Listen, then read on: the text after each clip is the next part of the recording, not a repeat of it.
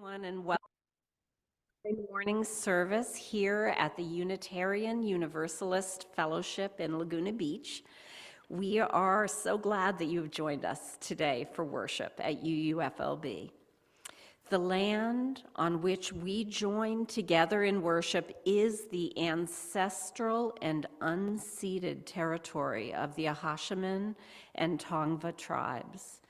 And we offer our gratitude to the First Nations for their care of this earth and for their teachings. And with humility, we commit to learning and working on behalf of justice. My name is Pamela Floodman, and I will be serving as the worship associate this morning. Our Zoom and audiovisual texts today are Don West Jr. and Dara Skarecki, and our music will be led by our talented music director, Carol Cole. And we are so grateful for the amazing team of people who make it possible for us to gather for worship on Sunday mornings. So thank you to you all. This morning, we are delighted to welcome Robert Girling as our service leader for a service today that he has entitled Lessons from the Afterlife. Robert and his wife, Sherry Keith, have been part of our congregation for many years. I always love it when they're here in person with us and I see them ride up on their bicycles to the fellowship building. And today, Robert will be leading us in a reflection on age-old questions which have been considered by people across the globe and since time immemorial. Who are we? Where did we come from? What is our purpose in being in this here and now? And where are we going? What happens when we die? And as we approach these questions, how can we incorporate stories from many diverse sources? What are the commonalities? What lessons can we glean? So today's service will challenge us to listen and to learn from the stories that our fellow humans have told over the ages about their experience with death and with near-fatal events. And we'll be including the messages that people may report they have received after being in an experience that they describe as a near-death experience. And one of the things that struck me as I prepared for our service today is that there is so much we can learn from listening to these types of diverse stories. Even when, and now I'll speak from the scientific part of my experience, that might choose not to hear the commonality in these stories.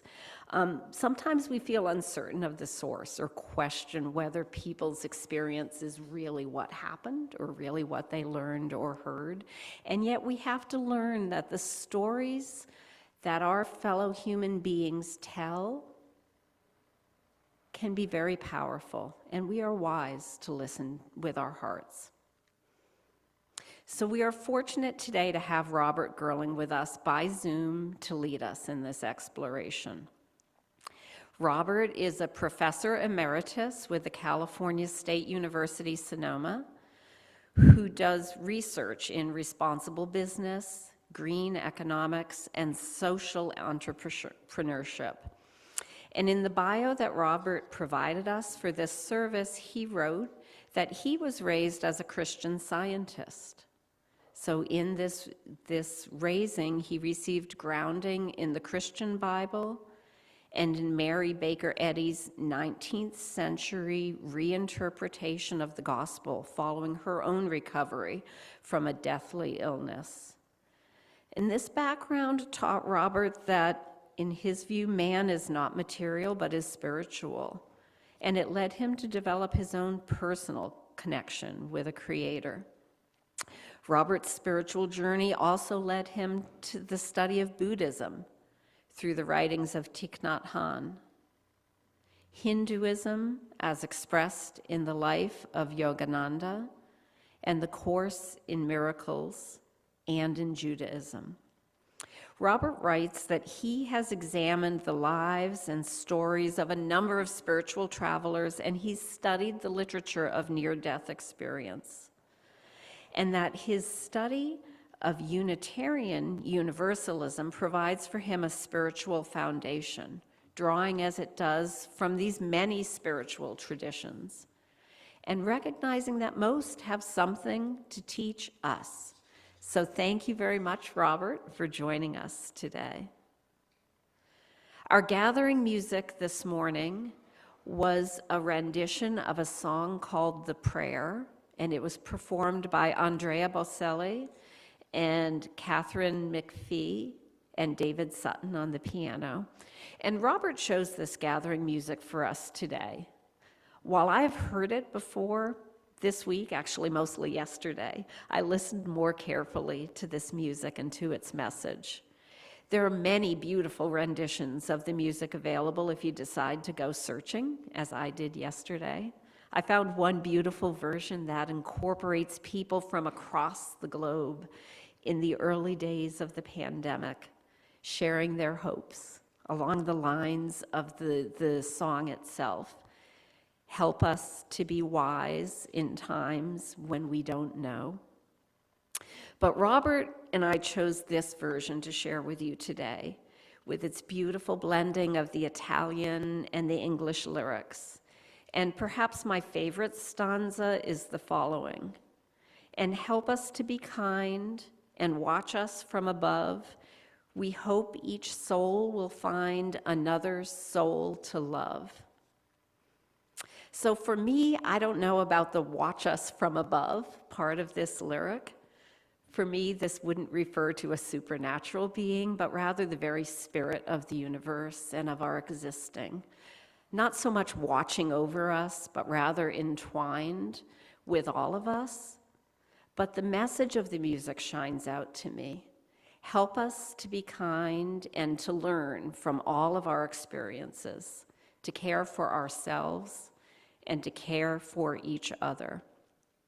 So with this in mind, I would like to share with you the centering thought for today, and I'll give Dawn a few seconds to bring the centering thought up onto our screens. Our centering thought for today is a quote from the Dalai Lama. And hopefully you can see it on the screens. I can't see it from here, but I wrote it out for myself. The centering thought for today: my religion is very simple. Kindness is my religion. So each Sunday, anywhere there is a service held in a Unitarian Universalist congregation, a chalice is lit. The flaming chalice is the symbol of our faith. So if you've joined us this morning by Zoom, I invite you to light a chalice within your home if you wish, while I light the chalice here.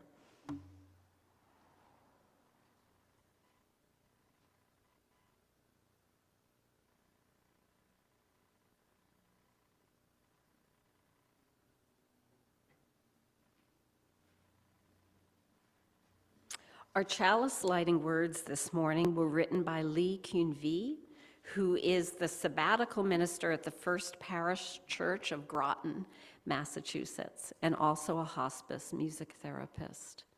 This chalice is for the living, the changing, the becoming. This chalice is for losing the script of your life, the chapters about who you are in other people's stories. This chalice is for the lost GPS that was supposed to show you how to get where you expected you to go. This chalice is for skipping the directions, coloring outside the lines, painting not by number, but by silence, by wild abandon, with a brush you made yourself from the light deep inside, startling, vivid, a new voice that already knows you, finally, a true story. So throughout the service this morning, if you are here with us in the building, I invite you, if you wish, to come forward and light a candle here in the sanctuary in recognition of whatever you are carrying in your heart as you join us for worship today. At UUFLB, we are a welcoming congregation with a commitment to work together to actively dismantle systemic racism and oppression in all of its forms. Whoever you are, whomever you love, no matter your age or gender, your ancestral or ethnic background, or your life experiences, whatever has brought you here this morning, and whatever sincere questions that you bring with you today, we welcome you to our community of mutual caring and serious intent to grow as spiritual and ethical beings, and to be part of a community which supports each of us as we work to make a difference in the world. Unitarian Universalists subscribe to no single religious creed, but have gathered a set of principles that guide us as we build a religious community together. The principles that Unitarian Universalist congregations affirm and promote are on the back of your order of service. And if you haven't already picked up an order of service, there are copies in the basket at the back of the sanctuary. So welcome to all. Connecting with each other is the way that we build community as a strong base from which we can go out and make a difference in the world. And it is such a joy for us to have guests on Sunday morning. If you are here this morning for the first or second time, we'd like to get to know you. So if you are comfortable doing so, we'll start first with our guests on Zoom. If you are comfortable doing so, raise your hand on Zoom and Dawn will spotlight you. And maybe if you can just very briefly share with us your name and where you are from and what brings you to visit our church today. Is there anyone on Zoom who'd like to briefly introduce themselves?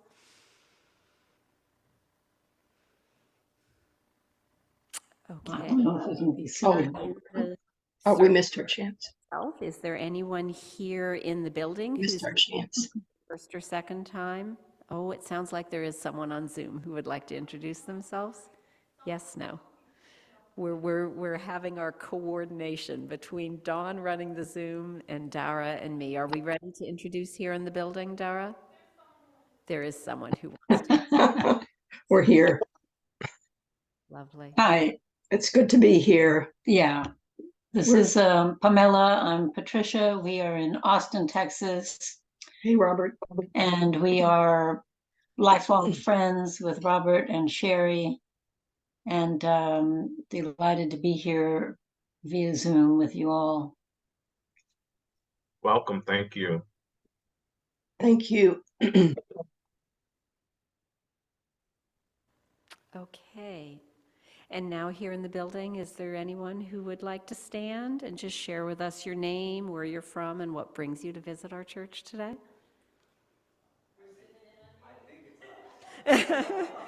No pressure, though. I'm the one that gets to talk. So my name is Elvin. This is my wife Tiffany, our daughter Emerson. We live in Aliso Viejo, and we're here today just because we haven't been to a church before. And Tiffany and I haven't been to any kind of house of worship in probably a good couple of decades. Okay. We were both raised evangelical, and for that reason, we haven't been to church. Okay. Emerson wanted to see what church was like, and so we did a little bit of research, and we landed on this one, and we're very happy to be here today. Well, we're very happy to have you here. Welcome. We have, I believe it's Elvin and Tiffany and Emerson? Elgin. Elgin, Tiffany, and Emerson, who are here from Mission Viejo and choosing Aliso Viejo. Okay, I got all my details wrong. I was listening and not writing. From Aliso Viejo, and happy to be here choosing to visit a house of worship after not having been in one for quite a long while. So welcome. We're delighted to have all who have joined us today, and we're now going to take just a moment to turn to our neighbors to give a quick greeting and personal welcome to old and to new friends.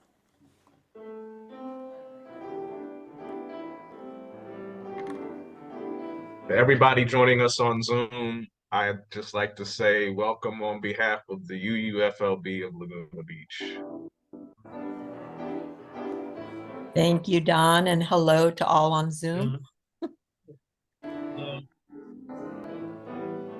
Good Hi to guys. see you, Good to see you all. Deetra. Good to see you, Ross, Annie, Don. Hi, Jean. Hi, Annabelle. Hi, Rick. And hello, Patricia, Pamela, Candy, and Joe. Let's see. Robert, I'm so excited for your topic today. Thank you for joining.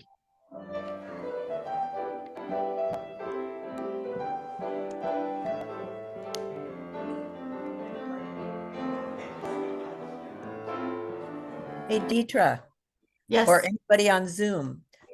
Oh, and if I can say this before they start again, a friend has 20 or 30 dogs from 10 weeks old to 2 years old that she's looking for homes for. They are about 40 pounds.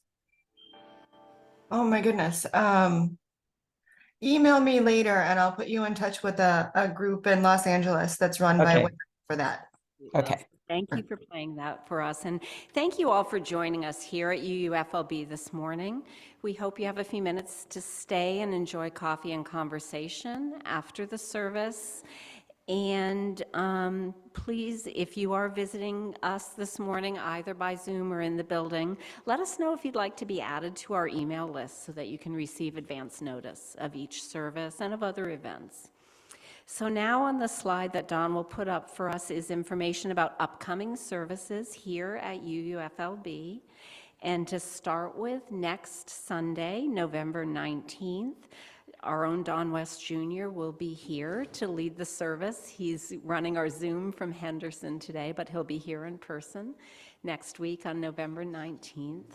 On November 26th, Peter Dobson will be here with us for the service. And Peter is an amazing blues musician here in Laguna Beach. And each year Peter visits with us and is given sort of a theme, a topic. That's a challenge for him, both to find blues music that he'll perform for us related to the topic, as well as give us his thoughts surrounding both the blues and the topic of challenge. And I'm actually not sure what topic Peter's been given this year, but I know we're all looking forward to that service.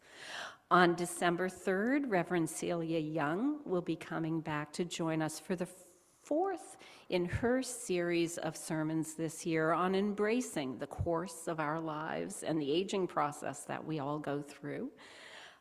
December 10th, Reverend Rika Kaufel will be joining us, and Reverend Rika has not been here for a year or two because she's actually relocated to Germany, but she will be joining us on December 10th with a service that's focused both on Advent and about the challenge that despite this being what some might call the most wonderful time of the year, for many, the holidays can be more stressful than spiritual. And so Reverend Rico will be talking with us about how we can bring back moments of joy and contentment, as well as spiritual renewal. Then on December 17th, as the third Sunday in December, Don West Jr. will be here with us again to lead our service. And I know Don has been working to help us understand the proposed eighth principle, which specifically has a focus on working to take action to end systemic racism and oppression. So I believe over the next two services, these will be continuing themes that we'll be exploring with Dawn. December 24th is Christmas Eve, so we will hold a morning service here on Christmas Eve with a focus on music and on sharing our experiences and our personal beliefs around Christmas. Christmas evening, there will be a service which we'll be sending you more information about at one of the other Unitarian Universalist congregations here in Orange County, Tapestry. And that service will be in the evening, and members of this congregation, of course, are invited and encouraged to participate in that service if they wish in the evening. So again, on Christmas Eve, we'll be holding a service just in the morning here at UUFLB. For announcements, I think the major announcement I have is that next week we will be, following the service, having a potluck and pizza lunch here. So please speak with of the folk who are here today, probably me, or I think Noreen Kukkonen is also very involved in organizing the potluck. And we hope that people will come and participate in that event after the service next week. Are there any other announcements that need to be made? I don't think so. Is there a board meeting on Monday? No. No. Not till December. Good. Okay, well now please join us in our opening hymn this morning. It's number 1000, Morning Has Come. And I invite you please to stand as you are comfortable in body, mind, or spirit as we join Carol in singing number 1000, Morning Has Come, and the words will be on the screens.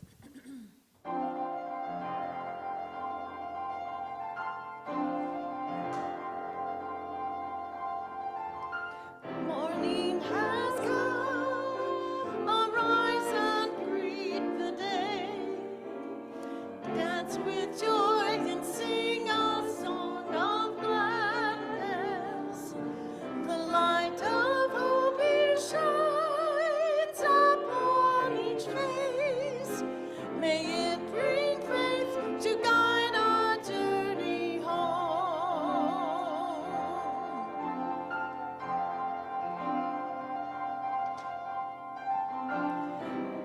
There dawns once more the gift is given. Wonder fills this moment shared together.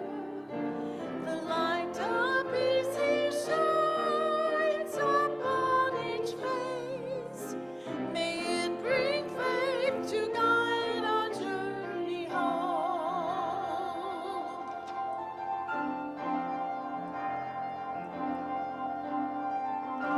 Open our eyes to see that life abounds. Open hearts to welcome it among us. The light of love he shines upon each face. May it bring faith to guide our journey home.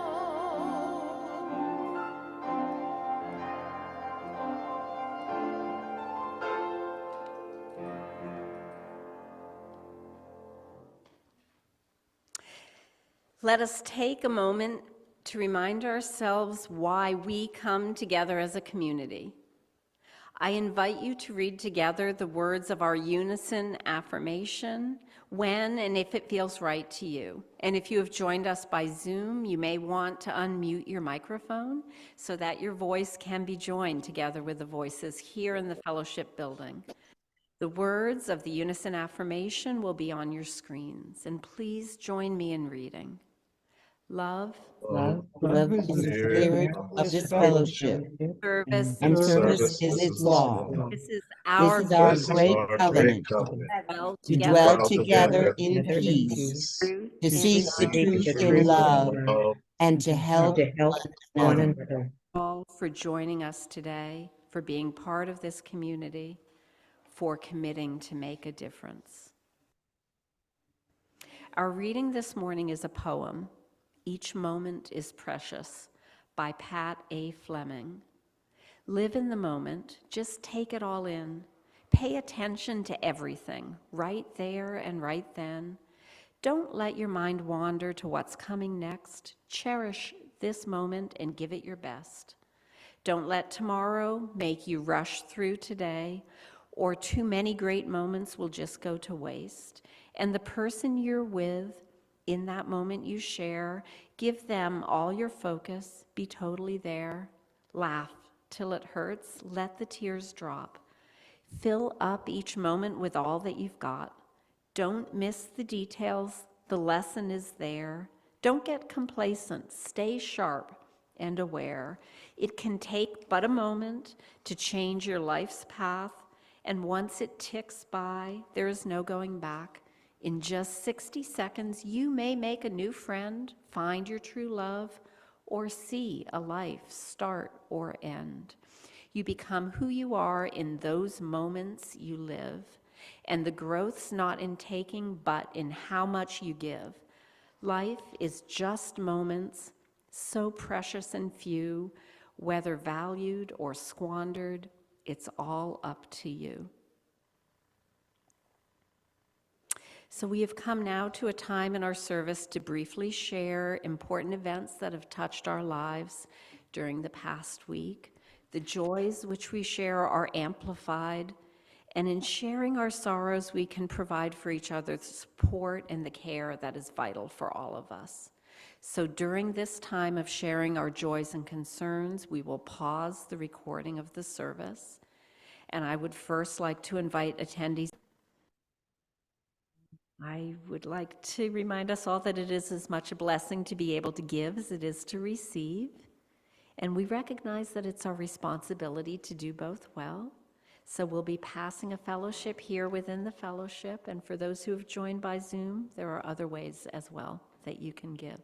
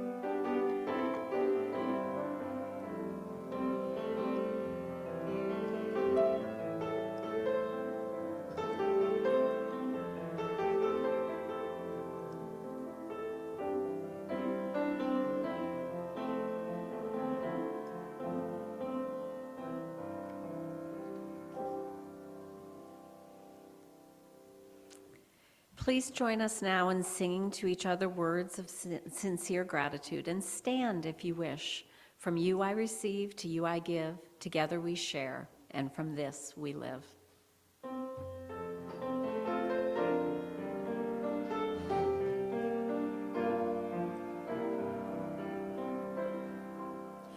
From you I receive, to you I give, together we share, and from this we live. From you I receive, to you I give, together we share, and from this we live.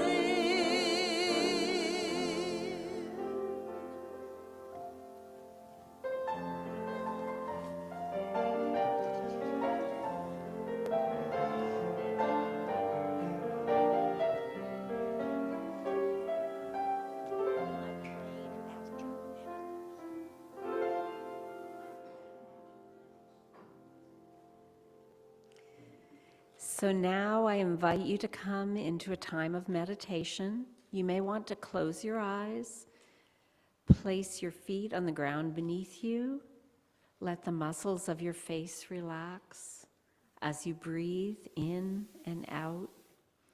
Following our time of meditation, we will be watching a short video of one woman's story of her experience after being involved in a near-fatal car crash. So as we enter our time of meditation, I invite you to reflect on how we can listen to and learn from the experience of others, even when the words that they use to express their spirituality may be, on the surface, as it may be for this woman, different from the language that you may hear in your own heart. Let us reflect on the many ways in which we feel and experience the universe. So feel grounded to the earth below you, Allow your shoulders to relax and follow your breath in and out. Let there be a quiet time among us.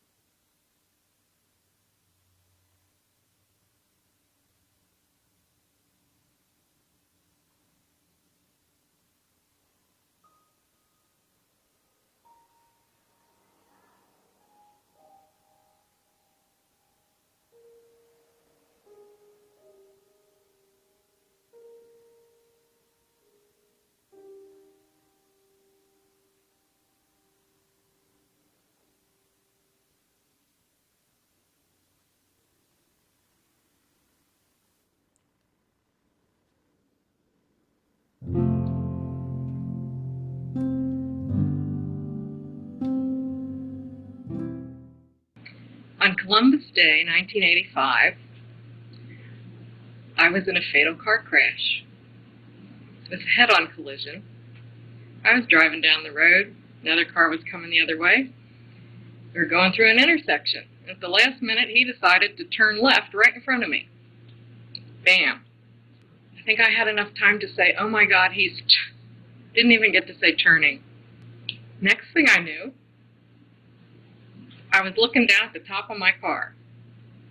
It was like, whoa, this is really cool. Now, fortunately, I had heard about out-of-body experiences. I'd never had one, always wanted one. Suddenly, I was having one. So I looked down and I see my car crunched, and I saw the guy get out of his car and walk over to mine, reach in and turn my headlights off. Didn't quite know what that meant until later. And I suddenly lost interest in what was going on down there because I saw this white light over here, which I had heard about, fortunately, and I said, whoa, there's the white light, I'm going. And there was this tunnel that seemed very dark, but there was this great light at the end. And I really wanted to find out what was at the other side. And there was this feeling that was coming through this tunnel of love. And I just sort of thought, I want to go through that. And the next thing, I was through it. And I was in this place, but it wasn't a place like here. It was an environment, an atmosphere, and it was love. It was amazing. It was total bliss, total joy, total love, total acceptance, total everything is fine and always will be and always has been. It felt like home. It felt like that's where I belonged, and that's the way it's supposed to feel all the time. But, of course, that's not the way it feels here. So I sort of looked around, and I think I needed to have a concept of place, so suddenly it sort of seemed like a place again. Drinking warm water before bed shrinks a swollen prostate overnight. Thousands of men are regaining control. And I looked over to the right, and I saw all these relatives of mine who had died before, and they were waving and smiling, and I smiled and waved, but I didn't feel like I was supposed to go over and talk to them, because that's sort of not why I was there. But it was good to see them, and they were all doing great. And I could just feel that. And the next thing I knew, I was standing in the middle of a circle of these 12-foot beings of light. And I'm only 5'4", so. They were pretty intimidating, but not really, because they felt more like family than the people I had seen. And they felt so familiar and so loving. And I remember saying, I'm not going back there because it's nasty. People are mean. And it's like walking through hip-deep molasses, just trying to get anywhere or do anything. And people are nasty to each other, and it's just bad, and I'm not going back. And it sort of felt like I was having an argument with them, but when I think about it, they weren't really arguing. I was just sort of standing there going like this, and they were sort of going, yes, dear, it's all right, dear. You're doing fine. You can do whatever you want. And it just seemed to go on for this timeless period. And I really wanted to stay because it was really good there. And the next thing I knew, I woke up in the emergency room at the hospital and said, oh my God, what happened? And the nurse said, you were in a car accident. And I said, that's not what I mean, because I wasn't supposed to come back. But here I was, and boy, did it feel different. I mean, 3 dimensions, when there's not a lot of love, is a real difference from where I was. And it was very hard to make the transition. I knew that I had had what they call a near-death experience. I'd even heard about them. I'd even read about them before. But I didn't know exactly what you're supposed to do with that, because nothing was the same. It still felt the same. It still felt like here I am in the world, and people are still mean to each other. And it's not that love energy that was there that felt like the heart of God. It felt like going back and standing in the middle of the heart of God. And suddenly it felt like I wasn't there anymore. And here I was. I felt like I had been tossed like a stone. So they say it takes about 15 years to incorporate one of these experiences, and I think that's true, because my understanding of it changed over time. And here it is 2007, so it's been over 20 years. And here are some of the things I've learned from this. Your priorities change because you realize that the most important thing is love. The only thing is love. That's really the only thing there is. Except sometimes it's expressed as fear, the opposite side of it. And all that petty stuff doesn't matter. Of course, you change a lot when that happens, and people feel weird around you. So you lose friends, and you get new ones. A lot of people change jobs. A lot of people get divorced. But you're incorporating this feeling of love into your life. And I think that's what people with NDEs really do. And it takes a long time because you're shifting and you're changing, and you got a lot of history. We all know that we came back with a mission. Most of us don't know what it was at the time, but we know we had one. And you spend a lot of time trying to figure out what that was. And at different times since then, I've come up with ideas of what my mission was. But now I think my mission, and everybody's mission, is to be here in 3 dimensions, in this time, in this space, and to hold the energy of the light of God. Just hold it. We don't have to do anything. Just hold that energy. And as we hold it, we help other people around us find that energy and feel that energy.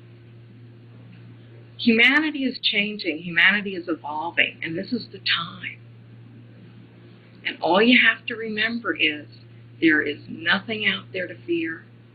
You are a divine, powerful being. We all are. We're all part of God. We're all part of love. That's who we are. We are the heart of God. And we're here to bring that to planet Earth, to create heaven on Earth. and we can do it in love. That's why we're here.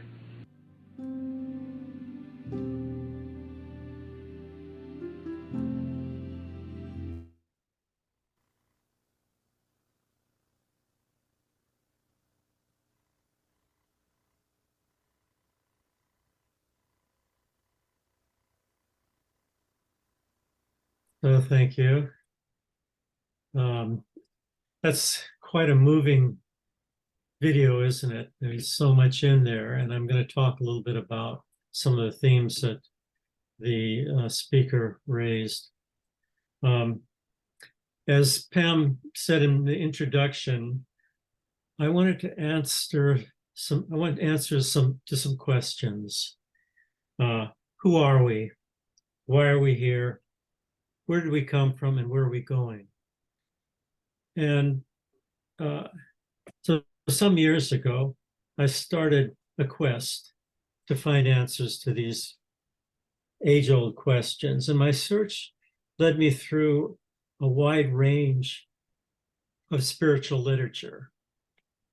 It took me to the study of near-death experiences, to recountings of past lives, and to stories from life beyond. And I discovered some of these visions from the afterlife offered surprising insights to our life here on earth. As Pam mentioned, I was raised as a Christian Scientist, and this background provided me with the kind of training that encourages one to interpret the Bible or whatever spiritual readings or anything on your own, rather than to accept someone else's interpretation. And I've read widely, as she mentioned, and my study of the literature on past lives and near-death experiences and afterlife communication led me to read a number of books, among them Many Lives, Many Masters by Brian Weiss, Journey of the Souls, and several other books by Michael Newton, Proof of Heaven, which came out recently by Ibn Alexander. I believe there's a film about that. I've also delved into quantum physics, and in an attempt to really comprehend the connection between the physical and the metaphysical. So let me share with you some of the things that I've uncovered in my quest. First, Helen Greaves' book, Testimony of Light, is a book that really speaks to me. It's a story of Helen and her friend Frances Banks. They were two English Episcopal ecclesiastics. I think Frances was a nun. They lived in the 20th century and were students of mysticism. And they initiated a group for meditation on world goodwill. The book is a script of Frances Banks' communication to Helen a couple of weeks after her passing in December of 1965. It's a really profound book that really challenges us to think about what is death. According to Frances, as well as to other spiritual and metaphysical observers and writers, our earth is comprised of a very heavy, lower level energy. Our bodies and the density of thought and human values we experience here on earth really weight us down. After death, we may be released from our bodies and enter an existence activated by life, light, and thought. Frances' description of the afterlife is the following. It's an existence where beauty is manifest, where negative or unkind thoughts are prohibited because such thoughts are visible and audible to everyone around, where help and love are always at hand to help the traveler, and where every circumstance points to a greater life, a wider understanding, and the glorious certainty of progress after effort and exertion. This is an existence in another dimension of thought. The light of spirit opens our vision, and we seek the way to higher worlds of even more glorious beauty. My friend Virginia passed a book to me a few weeks ago by Daniel Brinkley. It's called The Secrets of Light. And in it, Daniel starts by telling the reader that on September 17th, 1975, my life was forever changed. I was struck and killed by a bolt of lightning. I never saw it coming, and I died without any belief in any particular God or an opinion about the afterlife. Daniel reports that he had spent the first 25 years of his life as one, as he put it, cocky son of a gun, and who didn't give a damn about much beyond guns and cars. He went through a classic near-death experience, beginning with an out-of-body experience, looking down at himself, his body in the emergency room, and hearing his body pronounced dead. He then noticed a spiral of light forming, and as he gave attention to it, it became part of a swirling tunnel. He says he then found himself standing inside the light, where he encountered a being who's overwhelmed him with unconditional love, as in the video that we just listened to. In fact, the light and I were one. I felt safe and complete, perhaps for the first time in my life. The light was alive. It infused me with warmth and created in me what I sensed to be a sanctuary of all-consuming love and acceptance. The experience was beyond exhilarating. Daniel was then shown the highlights of every year of his life in what he called a panoramic life review, with everything he had thought, said, and done displayed in a type of a holographic form in which he became every person he had interacted with, experiencing exactly what they felt. He says, I became the frightened victim I had made. Very quickly, I wished I had spent my life being a kinder, more loving person. Frances Banks also treats the subject of her life review. And the topic was the theme of a lighthearted film, which you might want to take a look at. It's called Defending Your Life. Came out, I know, about 20 years ago, in which the character who's passed on, the film opens, he's in a bus going towards something that looks like a Holiday Inn, where he's going to be housed and will have to appear before a board of examiners will select a specific number of days out of his life to judge him. And depending on how he'd spend his life, he'll either go on to the higher realms or he'll be sent back to earth. Anyway, in contrast with this movie, Frances Banks states, we are our own judge and jury. There's no external judge, no judgment day where someone's going to judge your life for you. We judge our own lives, and we can do that each day as we live. Frances says that she was shown a blueprint of her life as she chose to be incarnated. It says, the perfect idea with which my spirit went bravely into incarnation, and another blueprint of the resultant life that she actually lived. And the review, she was able to see the effects of her thoughts, any mistakes and failures that she'd made. And contrary to the movie, as I said, she was her own judge and jury. The message that Francis brought to us was there should be no fear of death, for death of a body is but a gentle passing to a freer life. That life is lived in serial as we go from one experience to another.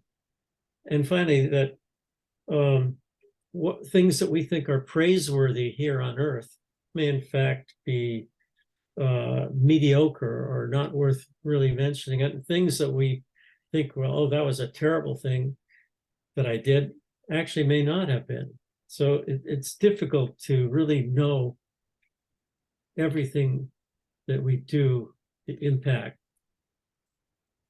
Daniel takes several lessons from his experience. He writes, dedicating ourselves to being the expression of love and good cheer in all we do guarantees our life will become direct image of heaven on earth. Our love for one another, put into action moment by moment and used for the highest good for all, is most assuredly our sacred path on earth.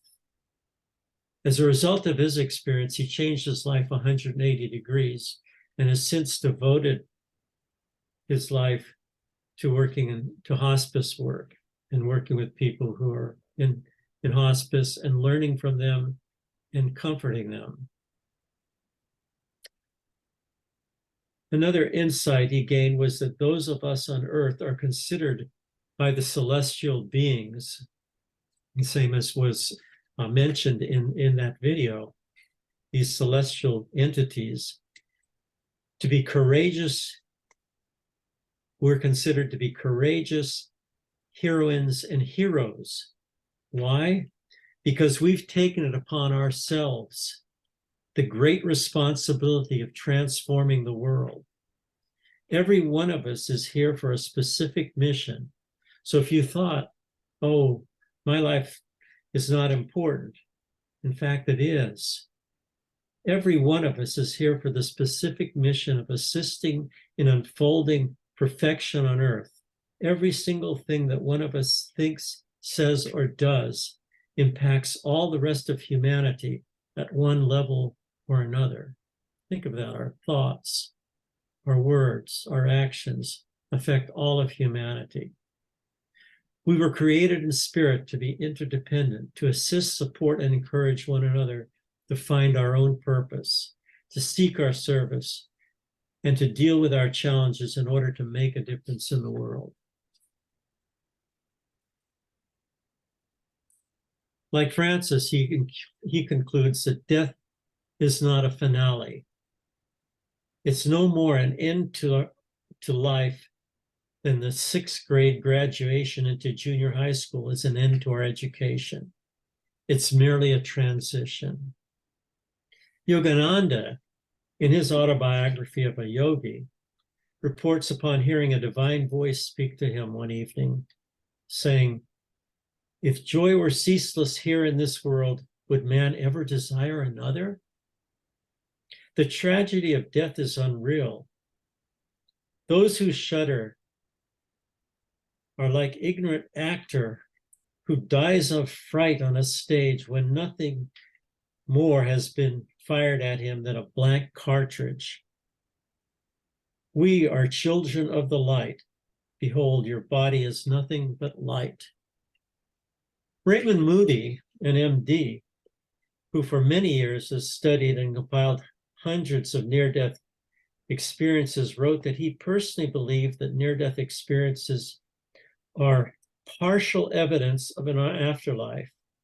After listening to so many people tell of leaving their bodies, seeing dead relatives, and witnessing a bright, intelligent life, he said, "I believe near-death experiences to be evidence of the afterlife, but I know, too, that they are subjective events without objective proof." As a scientist, that's his disclaimer. Nonetheless, his research led him to identify traits common to most reports of near-death experiences. And these include an out-of-body experience, looking down on one's body from its on high, traveling through a dark tunnel, encountering a being of light, this sense of pure love that encompasses everyone and everything, meeting spiritual beings and possibly even one's own relatives, and the life review. And he reports that many people who've gone through this near-death experience have come out with a greater understanding and appreciation of the gift of life, that love is the most important thing in life, and a wish to be able to express that every day in everything that they did. Some reported that they gained a more genuine understanding of spirituality and a new respect for knowledge and learning. One of Moody's subjects said, quote, "My doctor told me that I died during surgery, but I told him that I came to life. I saw in that vision what a stuck-up ass I was with all that theology, looking down on everyone who wasn't a member of my denomination or didn't subscribe to the theological beliefs that I did. A lot of people I know are going to be surprised when they find out that it's what's in our hearts that's more important than what's in our heads." So to summarize what I've learned from my quest, let me try and give you some of the insights that I've gained and share those with you. Who are we? Where did we come from? On a material level, we live as physical incarnate beings in a quantum field of energy. Our bodies are comprised of energy particles held together through invisible forces. On a quantum level, we are bundles of energy, invisible bundles of energy. On a spiritual level, we're light beings, and as such, part of the light of the Creator. So what happens to us when we die? Since our physical world is one of relatively low vibration, when we die, we pass on, we discard our physical bodies, thereby freeing them, our spiritual bodies, to go into an astral field where we are embraced with unconditional love. At that point, we may be united with our families and light brothers in further existential journey beyond anything we can perceive or discern or express in words due to the limitations of earthly language or thought. It'd be like if you tried to explain color to someone who only sees black and white. Trying to translate these experiences into words is so difficult for people who've gone through these experiences. So what is our purpose in being in this here and now? First of all, every one of us is here for a specific mission. And that mission is assisting in unfolding perfection here on earth. It may be very challenging, particularly now as we look around the world and see so much suffering, wars and brutality and lack of understanding. But that's why we're here. We were created in spirit to be interdependent, to assist, support, and serve each other in order to make a difference in the world. In the words of Teresa of Avila, the Creator has no hands or feet or voice except ours, and through these she works. As the Buddha said, "Go your way for the benefit of many, for the happiness of many, out of compassion for the world, for the good and happiness of all." So where are we going? That really depends on each and every one of us. It's determined by our state of mind. It depends on how we live here. How we live here will determine how we live in the hereafter. if we're wedded to and unable to relinquish our attachment to the physical realm, to our ego, or to physical possessions, or unable to forgive others, or unable to forgive ourselves for what we've done or what others have done to us during our time on earth, then we'll exist in a putative land of darkness and shadows until we can free ourselves enough through a change of perception to go into the light. So finally, as a member of the Laguna Laughter Club, I'd like to close with an observation by Damien Brinkley.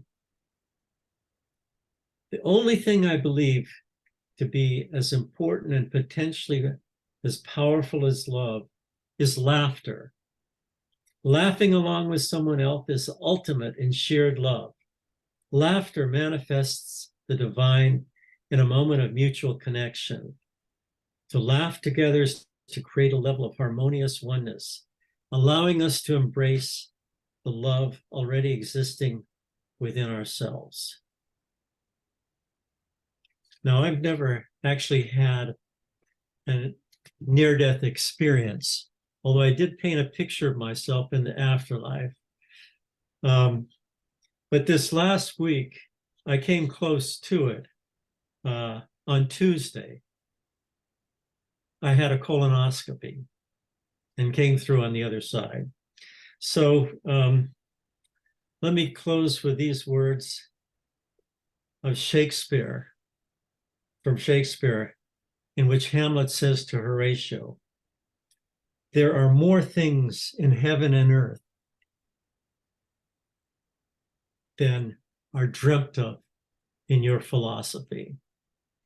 So thank you for listening and sharing with me these thoughts. Go in peace.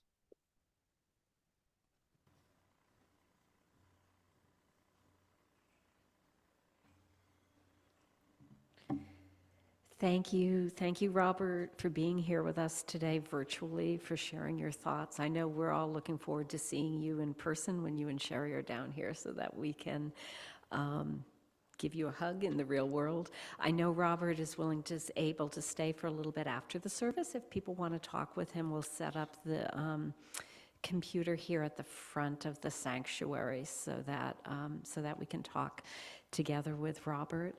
But now I would like to ask you to please stand as you are comfortable in body, mind, or spirit, and join Carol in singing Imagine. And the words will be on the screen.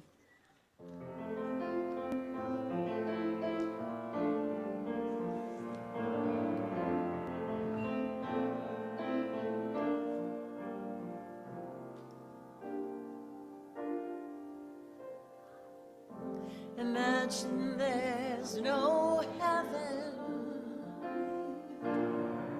It's easy if you try. No hell below us, above us only sky. Imagine all the people living for today.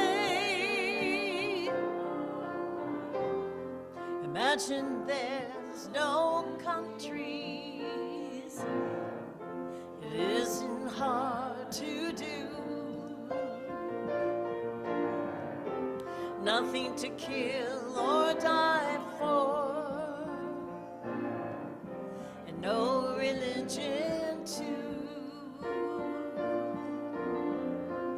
Imagine all the people living life in peace. Ooh, you may say I'm a dreamer, but I'm not the only one. I hope someday you join us, and the world will be as one.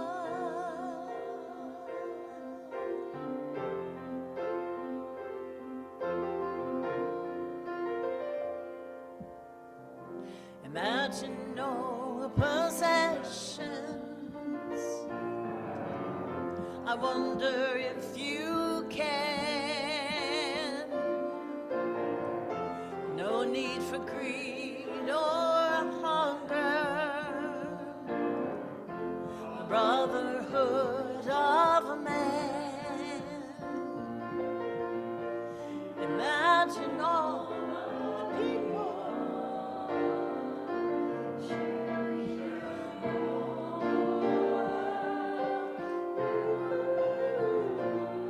You may say I'm a dreamer, but I'm not the only one. I hope someday you'll join us, and the world will live as one.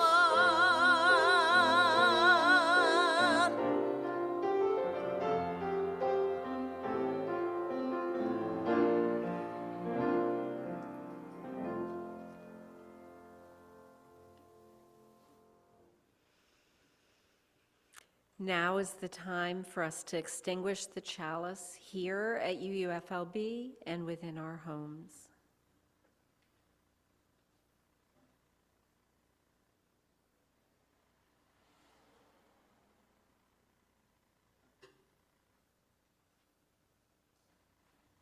Like the flame of the chalice, may the flame in our hearts burn, remaining unextinguished. May it ignite our energies, our drive, our resolve to build, to dream, and live into the world, that good which exists for now only in our imaginings. So let us come together now to sing our closing song, Let There Be Peace on Earth.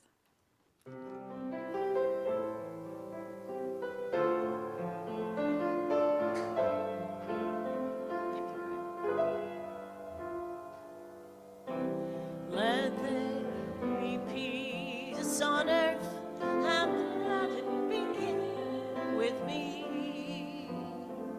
Let there be peace on earth, the peace that was meant to be.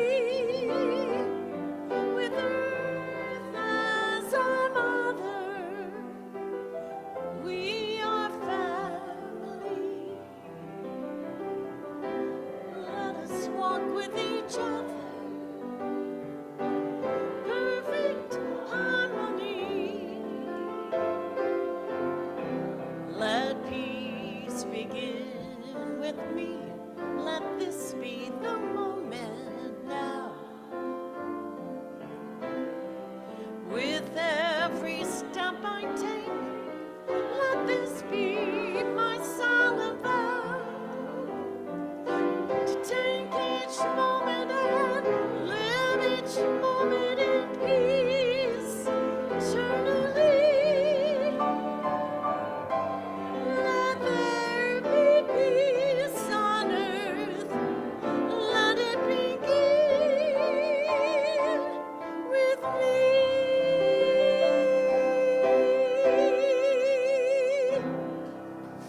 Have a lovely day.